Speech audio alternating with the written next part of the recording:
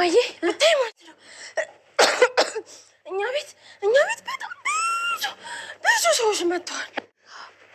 ምንድን ናቸው? እነማን ናቸው? እኔ እንጃ እማዬ፣ እኔ አላውቅም። በጣም ብዙ ሰዎች እኛ በር ላይ ኮፍያ አድርገው እንደዚህ ተሰልፈዋል። ማለት ነው? ወይኔ ጉዴ ፈላ እማዬ። በቃ ይኸው ኪሪክ ያነገርኩ እማዬ። በቃ እነሱ ናቸው እማዬ። በቃ ቦርሶች መጡ። ውሃ ንገሪ እስኪ ቦርሶች ናቸው። ስበኝ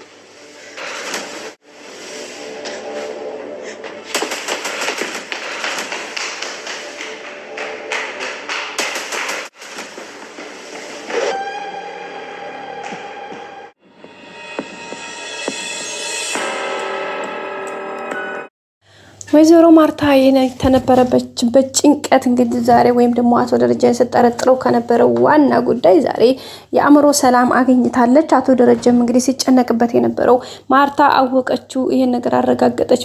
በቃልኝ፣ የኔ ነገር እዚህ ጋር ቆመ፣ ትዳሬ፣ ህይወቴ፣ ልጆቼ እዚህ ጋር ተበተነ፣ አበቃልኝ፣ የዚህን ሁሉ ዘመናት የያዝኩት ህይወቴ፣ ያኖርኩት ትዳሬ እንደ ከንቱ በዚህ በደቂቃ በቃ ፈረሰ ማለት ነው።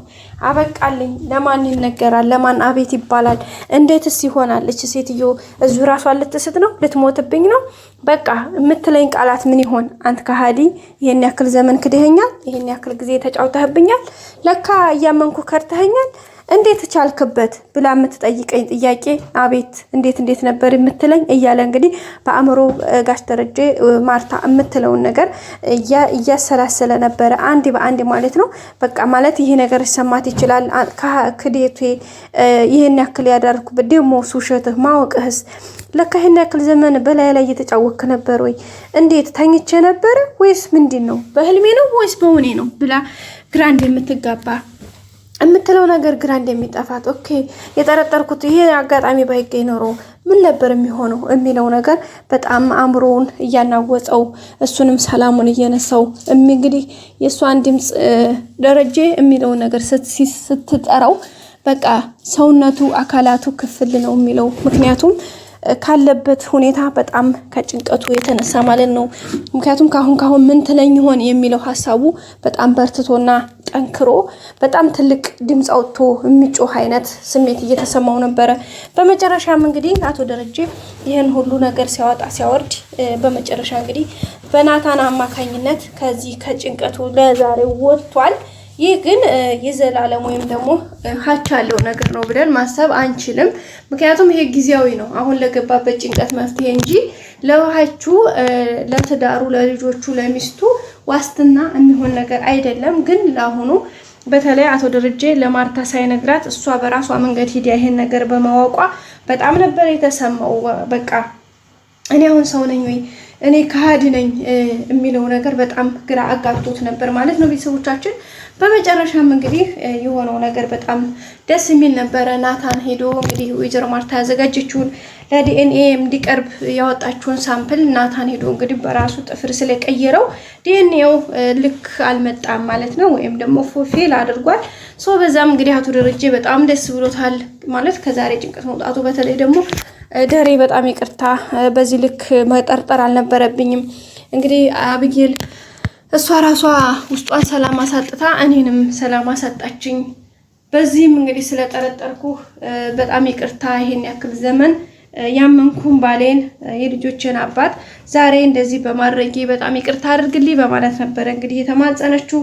አቶ ደረጀም ኧረ ማርትዬ እንኳን አይደለም ላሁኑ ካሁን በኋላ ለምትሰሪው ስህተትሽ ራሱ ይቀርልሻለሁ አለ። ምስኪን ተጨንቆ ጋይዝ አስባችሁታል እንዴ?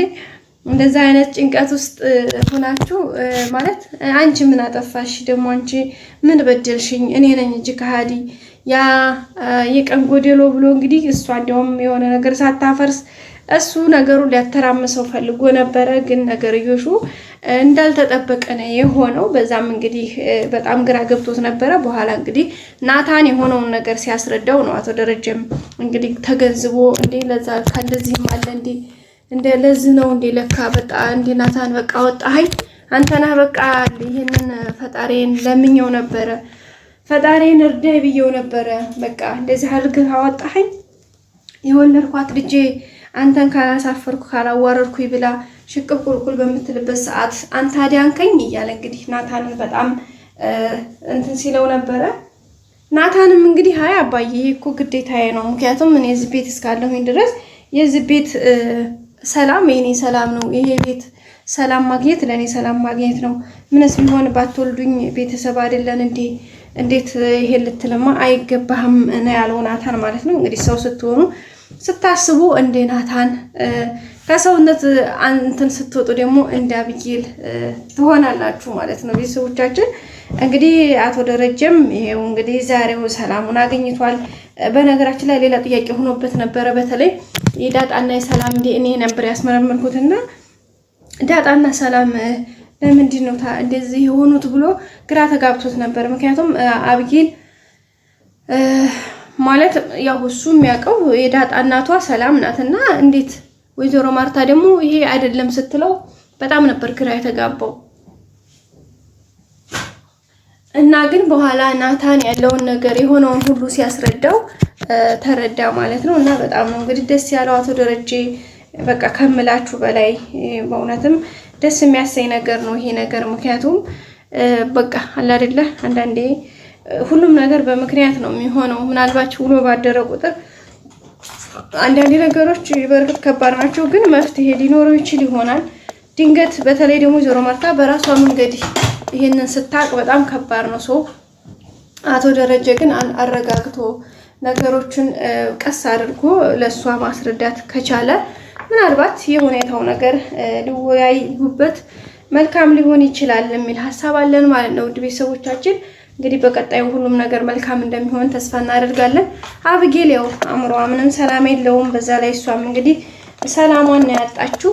ምንም የጥሩ ነገር በቃ የምታየው የምትሰማው ሁሉ ነገሩ በቃ ለእሷ የምታስበው መጥፎ ነው። እየመጣባት ያለው እንግዲህ መጥፎ ነገር ነው። ምክንያት ያው ከእለት እለት እያደረገች ያለችው ነገር በጣም ከባድና አሳፋሪ ነገር ነው። እንግዲህ የአብጌልና በሱ ምክንያት እንግዲህ በጣም ከባድ ነው እያደረገች ያለችው። እሷም እንግዲህ ጭንቀቷ እየጨመረ ነገሩ እየተተራመሰ እየበረታ ነው የሄደው። እንግዲህ እሷም ወይ ትንሽ ብትታሰር፣ በነገራችን ላይ አብጌል ጥሩ ነበረ ለሰራችው ፊዳ ዋጋውን ሁሉ ነገር ታውቀው ነበር። እንግዲህ የሚገባት አይነት ሰው አይደለችም ማለት ለመናገር ግን ቢሆንም ትንሽ እስር ቤት እንደው ትንሽ ብትሟቀቅ ትንሽ ብትዋጭጨው ጥሩ ነበር ብዬ አስባለሁኝ። እንግዲህ የራሷ አሮባት የሰው ታማስላለች። የራሷን ገባችበትን ችግር ራሷን ከዛ ለማውጣት እንደመሞከር እንግዲህ አይታችኋታል። የምትቆፍረው ጉድጓድ ሌላ ነው ለሰዎቹ